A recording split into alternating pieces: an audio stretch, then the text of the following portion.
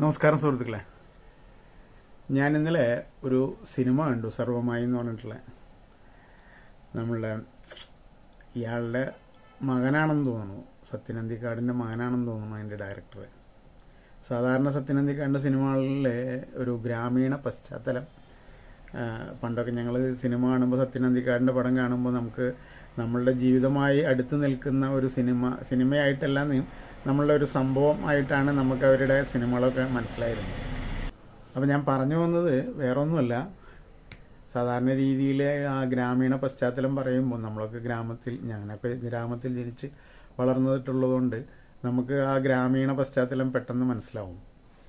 അപ്പോൾ ഈ സിനിമയിലും അങ്ങനെ ഒരു ഗ്രാമീണ പശ്ചാത്തലത്തോട് കൂടിയിട്ടുള്ള കഥകളും, അത് ഈ നഗരത്തിലേക്ക് പോകുമ്പോഴുണ്ടാവുന്ന അതിൻ്റെ പ്രശ്നങ്ങൾ, അല്ലെങ്കിൽ ജീവിതത്തെ ഇഷ്ടപ്പെടുന്ന ആളുകളുടെ ഒരു കഥയുമായി ബന്ധപ്പെടുത്തിയൊക്കെയാണ് നിൽക്കുന്നത്. കാരണം ഇന്നത്തെ തലമുറ അങ്ങനെയാണല്ലോ, അതുകൊണ്ടായിരിക്കാം അങ്ങനെ ഒരു കഥ പറഞ്ഞു വന്നത്.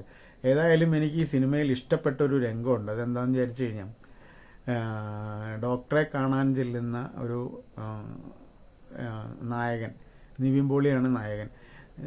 അപ്പോൾ തനിക്ക് പ്രേതബാധ ഏറ്റിട്ടുണ്ട് എന്നുള്ള പറഞ്ഞാണ് നായകൻ ഡോക്ടറെ കാണാൻ ചെല്ലുന്നത്. അപ്പോൾ ഡോക്ടറെ കാണാൻ ചെല്ലുമ്പോൾ ഡോക്ടർ എവിടെയാണെന്ന് ചോദിച്ചാൽ ഡോക്ടർ കൊപ്ര കുത്തി അടർത്തിക്കൊണ്ടിരിക്കുക.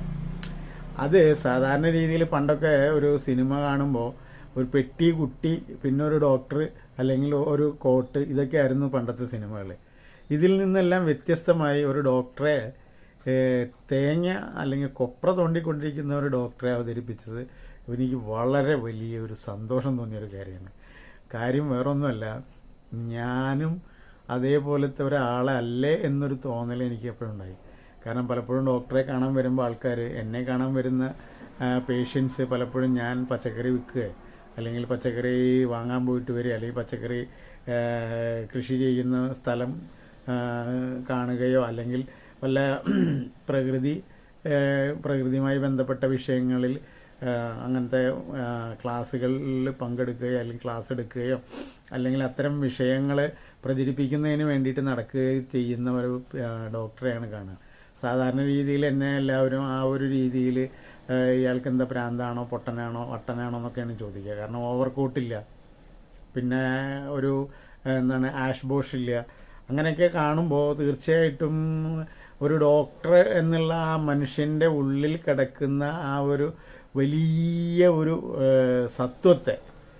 സത്വത്തെയാണ് അവിടെ ഇല്ലാതാക്കിയിട്ട് കാണിച്ചത്. അതെന്തായാലും വളരെ ഗംഭീരമായി. എന്ന് പറയുന്ന ഈ സാധാരണ എല്ലാ മനുഷ്യരെ പോലെ ഡോക്ടർ എന്ന് പറയുന്ന, അല്ലെങ്കിൽ ചികിത്സകൻ എന്ന് പറയുന്ന ഒരു സാധാരണക്കാരനാണെന്നും, അതേപോലെ തന്നെ അയാൾക്ക് സാധാരണക്കാരൻ്റേത് പോലുള്ള കഴിവുകൾ മാത്രമേ ഉള്ളൂ എന്നും, അയാളൊരു വലിയ സംഭവമൊന്നും അല്ല എന്നും തിരിച്ചറിയുന്ന ഒരു കാര്യമാണ്. പലപ്പോഴും ഇത് നിഷേധിക്കപ്പെടുന്നത്, അല്ലെങ്കിൽ അല്ല എന്ന് ബോധ്യപ്പെടുത്താൻ വേണ്ടിയിട്ട് ഉള്ള ശ്രമം നടത്തുന്നതും ഡോക്ടർമാർ തന്നെയാണ്. കാരണം നിങ്ങളൊരു 10 മിനിറ്റ് മുമ്പ് കൊണ്ടുവന്നിരുന്നെങ്കിൽ ആളുടെ ജീവൻ രക്ഷിക്കാൻ കഴിയുമായിരുന്നു, അല്ലെങ്കിൽ നിങ്ങളത് കുറച്ച് മുമ്പേ നോക്കുകയാണെന്നുണ്ടെങ്കിൽ ഇയാളെ രക്ഷപ്പെടുത്താൻ കഴിയുമായിരുന്നു എന്നൊക്കെയുള്ള വീരവാദങ്ങൾ പറഞ്ഞ് ഈ സമൂഹം എന്തോ ഒരു വലിയ സംഭവമാണെന്ന് ജനങ്ങളെ ബോധ്യപ്പെടുത്തുന്ന ഒരു രീതി ഉണ്ടായിരുന്നു.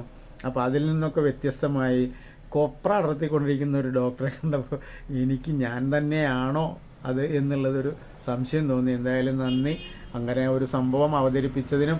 അതുപോലെ ഗ്രാമീണ പശ്ചാത്തലങ്ങളിൽ, ഇപ്പോൾ ഗ്രാമങ്ങളിൽ പോലും വീടുകളിൽ ഓക്സിജൻ ട്യൂബും ഘടിപ്പിച്ചിട്ട് ഓക്സിജൻ കൊടുത്തുകൊണ്ട് ആളുകൾ ജീവിക്കുന്ന ആ ഒരു സിറ്റുവേഷനും ഇന്ന് നമ്മളുടെ കേരളത്തിൻ്റെ ഏറ്റവും ദയനീയമായിട്ടുള്ള ഒരു സ്ഥിതി തന്നെയാണ് കാണിക്കുന്നത്. കാരണം എന്താണെന്ന് വിചാരിച്ചാൽ, നഗരങ്ങളെക്കാൾ മോശമായിട്ടുള്ള ഒരു സിറ്റുവേഷൻ ഗ്രാമങ്ങൾക്കുണ്ട് എന്ന് തന്നെയാണ് അത് കാണിക്കുന്നത്.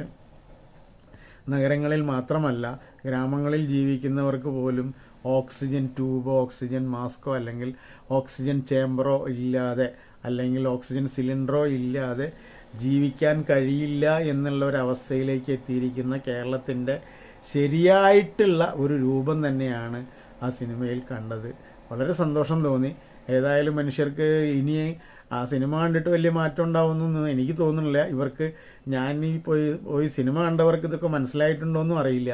പക്ഷേ എന്തായാലും വളരെ ഡീപ്പായിട്ട് ഒരു സമൂഹത്തെ മനസ്സിലാക്കിയ ഒരു നേർചിത്രമാണ് ആ ചിത്രത്തിൻ്റെ, ആ സിനിമയുടെ ഇതിവൃത്തം എന്ന് പറയുന്നത്. അതുകൊണ്ട് വളരെ സന്തോഷം തോന്നി. നല്ല സിനിമയാണ്, സാധാരണക്കാരൻ കാണേണ്ട ഒരു സിനിമ കൂടിയാണ് എന്നുള്ളതാണ് എനിക്ക് ഈ നിങ്ങളോട് എല്ലാവരോടും പറയാനുള്ളത്. ഏതായാലും ഇങ്ങനൊരു നല്ല സിനിമ കണ്ടതിൽ വളരെ കാലങ്ങൾക്ക് ശേഷമാണ് ഞാൻ ഒരു സിനിമയ്ക്ക് തിയേറ്ററിൽ പോയിരുന്ന് സിനിമ കാണുന്നത്. ഏതായാലും സിനിമ കണ്ടപ്പോൾ വളരെയധികം സന്തോഷം തോന്നി. എന്തായാലും എല്ലാവരോടും ഞാൻ ആ സന്തോഷം പങ്കുവയ്ക്കുകയാണ്. Okay, thank you.